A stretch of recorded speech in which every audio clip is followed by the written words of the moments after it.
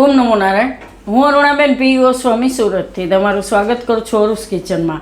તો આજે આપણે બનાવશું કોર્ન સેન્ડવિચ. તો એના સારું આપણે આ સ્વીટ કોર્ન જે મકાઈ આપણે આવે એ લીધી છે. એક આખી હતી ને એક અડધી. તો એના આ રીતે આપણે દાણા કાઢી લીધા છે અને બ્રેડ લીધી છે આપણે, જો સેન્ડવિચ માટેની બ્રેડ આવે એ. તો તમારે જે રીતની બનાવે આપણે 8થી 10 બ્રેડ લીધી છે અને 2 આપણે કેપ્સિકમ લીધા છે અને 2 ડુંગળી. મીઠું જોહે સ્વાદ પ્રમાણે. ને આમાં આપણે મેયોનીઝ બનાવીને નાખશું. તો એના સારું આપણે થોડુંક પનીર લીધું સારી રીતે, ને આપણે ઘરે જ બનાવ્યું દૂધમાંથી. થોડુંક ચીઝ આપણે લીધું છે એમાં સેન્ડવિચમાં નાખવા માટે. થોડુંક આપણે કાજુ પલાળીને રાખ્યાસ અને આ આપણે મોઝરેલા ચીઝ લીધું. મસાલામાં આપણે ચીલી ફ્લેક્સ લીધા છે, થોડોક આપણે કિચન કિંગ મસાલો અને થોડીક હળદર આપણે મેયોનીઝમાં કલર માટે. દૂધ જોહે થોડુંક, મીઠું જોહે સ્વાદ પ્રમાણે. અને આ સેન્ડવિચ બનાવવા માટે તેલ અને પાણી આપણે કોર્નને બાફવા માટે. તો પહેલાં આપણે આ મકાઈ છે દાણા એને બાફી લેવું થોડાક આપણે. તો આમાં આપણે પાણી લીધું છે, તો આમાં આપણે બધી મકાઈ નાખી દેવું. તો અને બહુ બાફતા વાર નથી લાગતી, તો પાણી ગરમ થાય એટલે થોડીક વારમાં બફાઈ જાય એમ.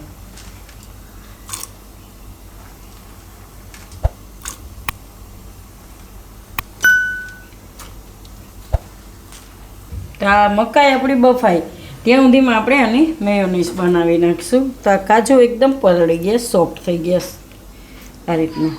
તો અડધો કલાક પહેલાં પલાળી દો એટલે એકદમ પલળી જાય. તો આને મિક્સર જારમાં લઈ લેવું. આમાં આપણે નાખીશું થોડુંક પનીર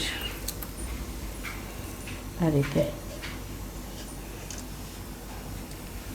ને થોડોક આ મસાલો નાખીશું કિચન કિંગ, મસ્ત ટેસ્ટ આવશે એનો. થોડુંક મીઠું નાખશું, થોડીક હળદર કલર માટે ખાલી થોડીક અમથી, એક ચૂટકી જેટલી. આમાં થોડુંક દૂધ નાખશું આપણે. તો પીસવામાં જરૂર પડે એ પ્રમાણે દૂધ નાખવાનું, કેવું ઘાટું થાય એ રીતે એમ. જો પીસા પછી એમ લાગે કે હજી થોડુંક દૂધ જરૂર પડશે તો નાખવાનું એમ. તો પહેલાં આને આપણે પીસી લેવું. તો આને આપણે પીસી લીધું છે આ રીતે, આ રીતનું પીસી લેવાનું. તો થોડી હળદર નાખીએ ને એટલે એનો કલર એકદમ સરસ આવે. તો આ રીતનું આપણે જરૂર પડશે. એને આપણે અત્યારે સાઈડમાં રાખી દેવું.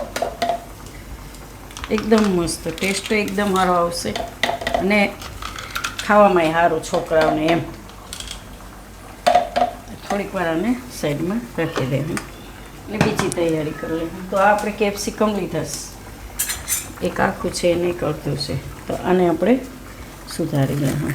આ રીતે વચ્ચેનો ભાગ કાઢી અને ઝીણું ઝીણું સુધારી લેવું. સફેદ ભાગ કાઢી નાખવાનો.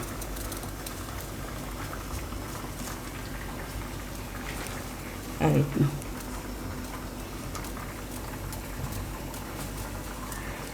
તો ડુંગળી ને કેપ્સિકમ બે આપણે એ રીતે સુધારી લેવું.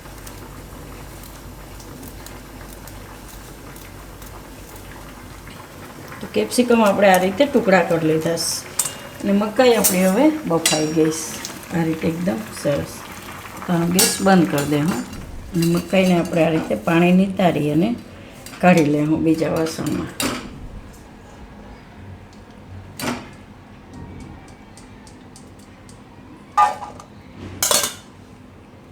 તો બધી મકાઈ આપણે એમાં કરી લેવું ને મકાઈને ઠંડી થવા દેવું. તો મકાઈ ઠંડી થાય ત્યાં સુધીમાં આપણે આ ડુંગળી છે એને જે રીતે કેપ્સિકમ આપણે સુધાર્યું એ રીતે સુધારી લેવું.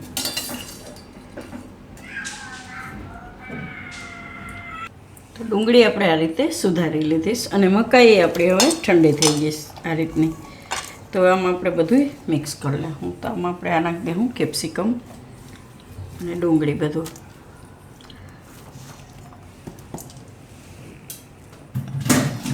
અને ચીઝ.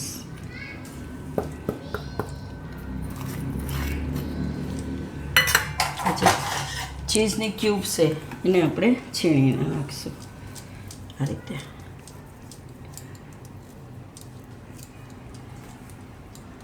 તો તમારા હિસાબે તમે ચીઝ વધારે ઓછું કરી શકો એમ. તો કોઈને વધારે ભાવતું હોય તો વધારે નાખી શકે.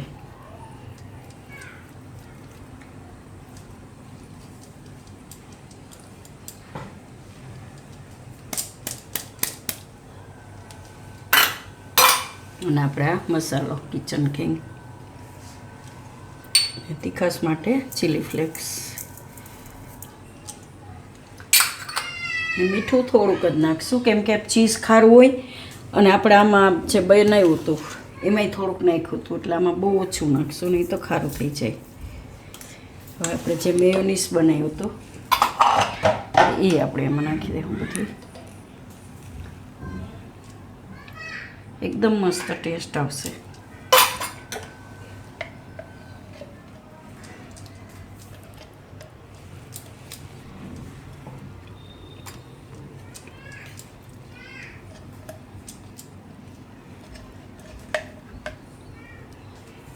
તો બધું આમાં લઈ લેવું આપણે. તો બધું આપણે આમાં લઈ લીધું છે. હવે મિક્સ કરી લેવું આમાં.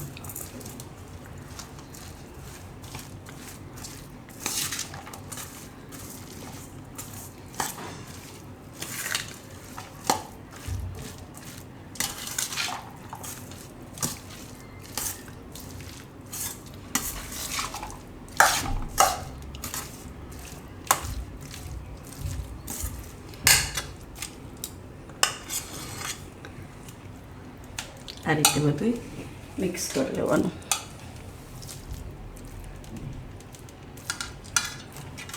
ટેસ્ટ કરી લેવાનું, કંઈ ઓછું લાગે તો તમે નાખી શકો, તીખાશ કે મીઠું કે ગમે એમ. તો આ રીતનો મસાલો આપણે જોઈ.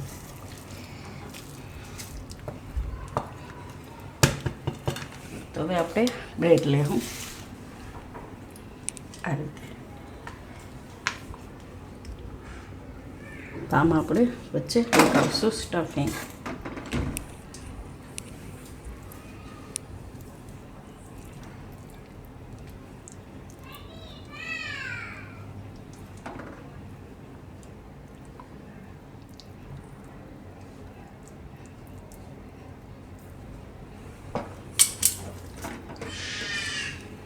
બે બ્રેડમાં લઈ લેવું આપણે.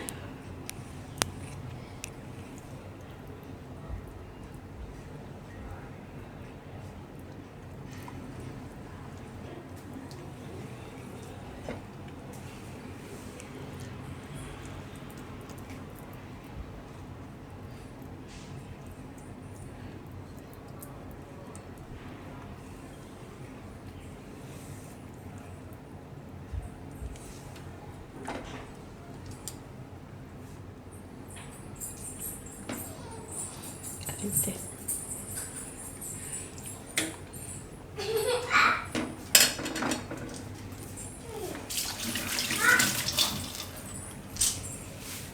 આની ઉપર આપણે બીજી બ્રેડ આ રીતે રાખી દેવું.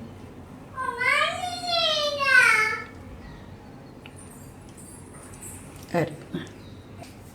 તો આની ઉપર તમારે તેલ લગાવવું હોય તો તેલ લગાવી શકો કે ઘી કે જેમાં તમારે શેકવું હોય એ રીતે એમ.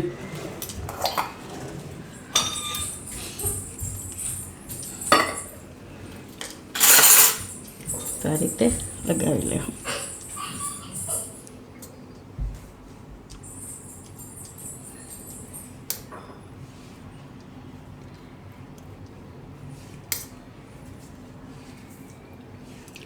તો આને આપણે હવે મૂકી દેવું આમાં. તો તેલનો ભાગ છે એને આપણે નીચે રાખશું આ રીતે, ને આ સાઈડે થોડુંક તેલ લગાવી લેવું આપણે આ રીતે.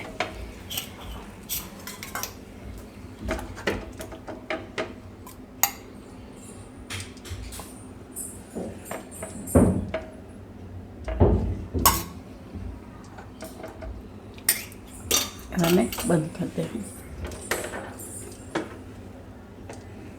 ચાલુ કરી દે હું લાઈટ. આને હવે પાકવા દે હું.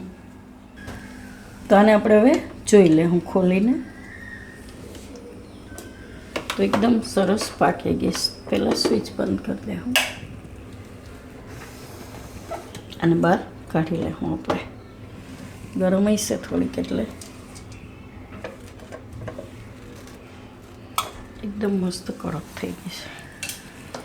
બીજી આપણે ભરી લીધી છે એને મૂકી દે હું એકદમ કડક. તો આને આપણે તેલ લગાવી લીધું છે તો આ રીતે મૂકી દે હું. બીજી બાજુ તેલ લગાવી લે હું. તમે તવી ઉપર એ શેકી શકો ને આમાંય બનાવી શકો એમ.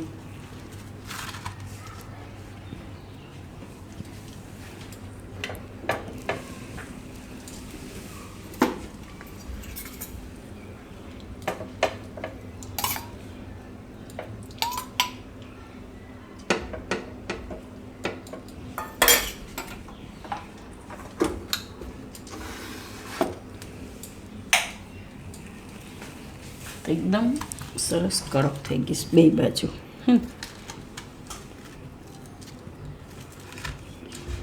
અને આપણે કટ કરી લઉં વચ્ચેથી.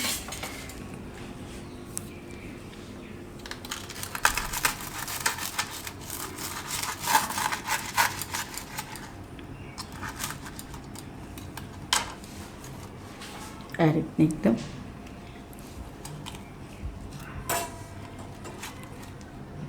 અને આપણે કટ કરી લે.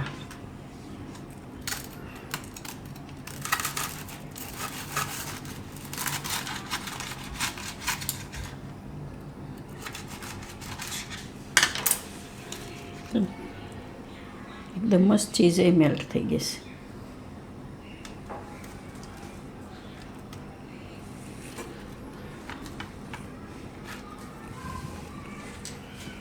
તો તૈયાર છે આપણી કોર્ન સેન્ડવિચ.